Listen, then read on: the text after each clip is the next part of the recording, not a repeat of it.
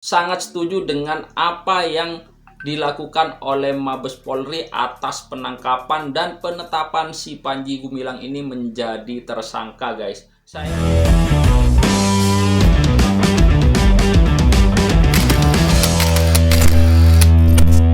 Halo, ketemu lagi dengan kita Hot One News. Ya, video kali ini kita akan bahas sebuah berita tentang perkembangan polemik kasus Ponpes Al Zaitun. Perlu diketahui bahwasanya kemarin ada sosok seorang dosen UIN yang bela mati-matian si Panji Gumilang ini ketika kasusnya yaitu dugaan penodaan agama lagi diproses oleh Bareskrim Polri.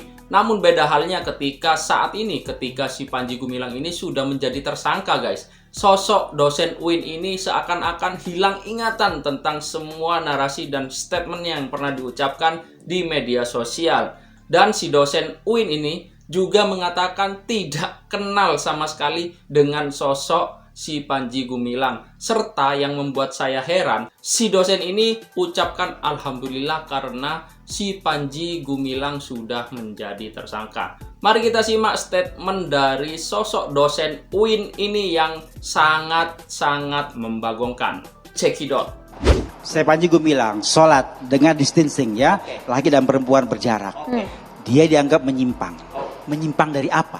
Saya katakan, kalau dia itu menyimpang karena Nabi mengatakan sebaik-baik softnya laki-laki itu di depan, sebaik soft-softnya perempuan di belakang.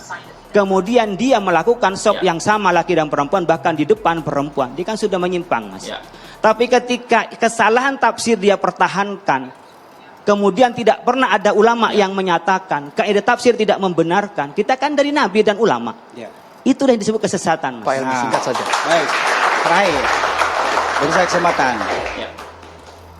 Ya, sejauh yang saya lihat dari argumentasi Panji Gumilang, saya tidak bela dia, tapi membela. Mau bela juga nggak apa-apa, is oke, kita debat. Baik. Silakan Pak Helmi. Baik. Sejauh argumentasi dia tapasahu tawasau, ya kan? Berjarak di situ. Kemudian di Masjidil Haram orang juga sholat bersama laki dan perempuan. Islam itu dari wahyu. Maka di sana ada posisi dan kondisi yang itu darurat, maka dalilnya sampean sudah lemah. Kalau itu membela Panji Gumilang. Kalau itu berdasarkan suatu fenomena di satu tempat, Anda sudah tidak sesuai dengan koridor Islam. Saya minta dalilnya sampean, mana ada dalil Islam itu berdasarkan di Mekah dan Madinah. Dan fenomena di Mekah dan Madinah. Itu kan mesti dalam furu'nya mungkin berbeda. Keluarkan dalilnya. Yang itu Mekah tadi dalilnya itu di mana yang boleh begitu dan bisa dijadiin dalil di tempat lain. Pertama, saya sama dengan Pak Kiai Ihsan menyatakan bahwa sangat gembira bahwa pada akhirnya Syekh Panji Gumilang menjadi tersangka. Ini harapan saya. Pesan yang paling penting dari dijadikannya Syekh Panji Gumilang sebagai tersangka adalah bahwa ternyata seluruh anak bangsa Indonesia tidak boleh ada yang kebal hukum. Karena itu saya bersyukur pada Allah Subhanahu Wa Taala pada akhirnya Polisi Republik Indonesia berani mengambil tindakan tegas. Dengan demikian, entah itu kiai, entah itu polisi, entah itu tentara, entah siapa saja, bahkan menteri sekalipun, kalau bersalah, ya harus rela untuk diproses sesuai dengan hukum yang berlaku. Ini poin pertama yang paling penting harus saya sampaikan. Yang kedua, Saudara Andromeda bersama begitu banyak orang salah sangka kalau menduga atau mengambil kesimpulan bahwa saya membela Panji Gumilang. Saya tidak pernah membela Panji Gumilang. Pertama, saya tidak kenal saya Panji Gumilang. Dia tinggal di Indramayu, saya tinggal di Jakarta. Saya cuma sekali datang ke pesantren Al Zaitun, itu pun dalam rangka riset. Karena itu yang saya bela sebetulnya sejak awal saya ikut dalam debat di TV One itu adalah kebebasan berpikir dan kemerdekaan berpendapat yang dijamin oleh agama Islam, agama yang saya anut. Kafir. Nah dulu, jangan dibantah. Lah, saya ini cuma bertanya.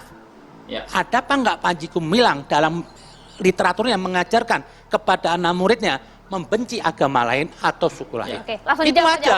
Langsung Nih, dijawab. Panji Gumilang itu kan covernya. Lo nggak jawab aja, ada apa enggak? Dengar dulu, ya. Panji Gumilang covernya di bawahi teritorial. Itu ditelusur, diajarkan bagaimana Pancasila itu dikatakan kafir dan sebagainya. Telusuri Jelas program TV One, Pak. program Nanti TV pemirsa One, jelas juga, Pak. jelas pelakunya, tapi dibiarin tuh sama polisi. Bukan Nggak ditangkap kan jelas. Mukanya yang saya jelas. tanya tadi loh. Anda itu harus memahami Bentar dulu. temuan Oh, kementerian Anda agama. banyak bicara, saya mau nanya. Ya. Ada apa enggak dari Az-Zaitun literaturnya mengajarkan kebencian kepada selain Islam? Ya nggak mungkin lah itu, kalau ada ya langsung Berarti dihajar oleh berarti negara. Anda cuma Nggak mungkin. Bentar, Pak, ini dulu. Gini, sebentar. Ada apa? Bukti indoktrinasinya Iya, apa? kita Itu yang- dengarkan dulu, Pak Heru. Bukti Ya. doktrin itu apa itu? Itu kan bukti doktrin terhadap jamaah NI itu kan bukti. enggak Ya, masalah kebencian terhadap agama Buktinya lain. ini, Pak. Ini kena doktrinnya, Pak. Buktinya ini langsung kami hadirkan. Ada apa enggak Anda diajarkan? Gini. Pak Heru buktinya. Apa, Pak Heru? Saya terus terang ya, Mbak Muni terserah Anda mau jadi kampanye Yahudi terserah. Tapi Anda harus menghormati proses hukum yang ada di kepolisian. Anda bilang tadi isu dan sebagainya. Kalau saya mau bilang isu, bagaimana umat Islam ya di Palestina dibantai oleh Israel? Apa Anda itu akan berpikir? Saya pikir gini lah. Apa itu isu? Kita fokus ke Al-Zaitun. Kita fokus ke Al-Zaitun. Habib Kribo. Saya cuma pengen Saya mau tanya. nyatain, bentar.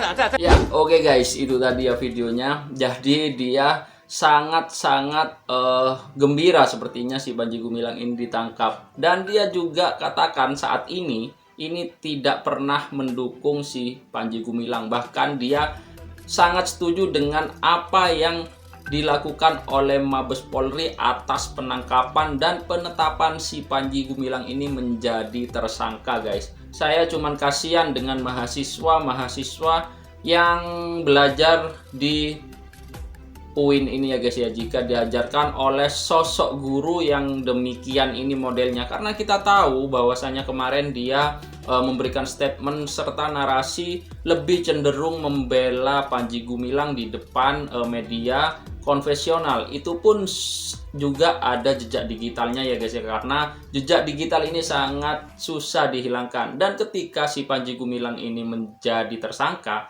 dengan mudahnya dia seakan-akan lupa ingatan guys. Tentunya ini bukanlah contoh yang baik sebagai tauladan ya. Oke guys, teman-teman bisa ikut berpartisipasi dalam kolom komentar mengenai berita ini, mengenai si dosen UIN ini guys yang bernama Helmi Hidayat. Oke guys, cukup sekian pembahasan berita kali ini. Akhir kata, wassalamualaikum warahmatullahi wabarakatuh.